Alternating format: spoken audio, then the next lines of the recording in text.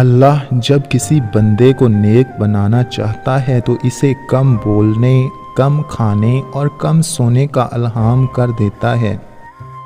اگر تو کل سیکھنا ہے تو پرندوں سے سیکھو کہ وہ جب شام کو واپس آ جاتے ہیں تو اس کی چونچ میں کل کے لیے کوئی دانہ نہیں ہوتا۔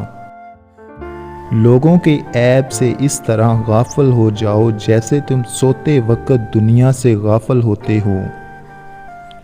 کسی کی مدد کرتے وقت اس کے چہرے کی طرف مت دیکھو، ہو سکتا ہے کہ اس کی شرمندہ آنکھیں تمہارے دل میں غرور کا بیج بو دیں۔ اس شخص سے ہرگز دلچسپی نہ لو جو تم سے دوری اختیار کرتا ہو۔ ایسی غربت پر صبر کرنا جس میں عزت محفوظ ہو اس امیری سے بہتر ہے جس میں ذلت و رسوائی ہو۔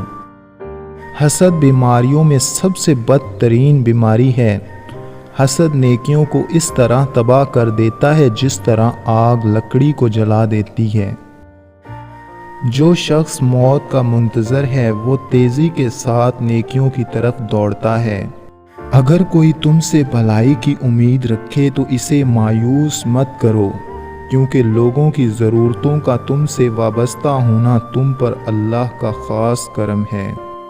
اگر کوئی آپ کی قدر کرتا ہے تو اس کی قدر کرو، کیونکہ دنیا میں تماشائی زیادہ اور فکر کرنے والے بہت کم ہوتے ہیں۔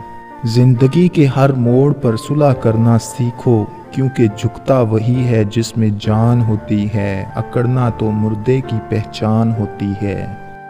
اخلاق ایک دکان ہے اور زبان اس کا تالا ہے۔ تالا کھلتا ہے تو معلوم ہوتا ہے کہ دکان سونے کی ہے یا کوئلے کی۔ بھائیوں کے حقوق ضائع کرنے سے اللہ تعالیٰ اپنی رحمت کے دروازے بند کر دیتا ہے، اور برائی کرنے والے کے ساتھ بھلائی کرنا ایمان کے کامل ہونے کی علامت ہے۔ جاہل اپنی رائے کو ہی کافی سمجھتا ہے، بدترین رائے وہ ہوتی ہے جو شریعت کے خلاف ہو۔ دوستو، اگر آپ کو ہماری یہ ویڈیو اچھی لگی ہے تو جلدی سے لائک کر دیں اور ہمارے چینل کو سبسکرائب کر دیں۔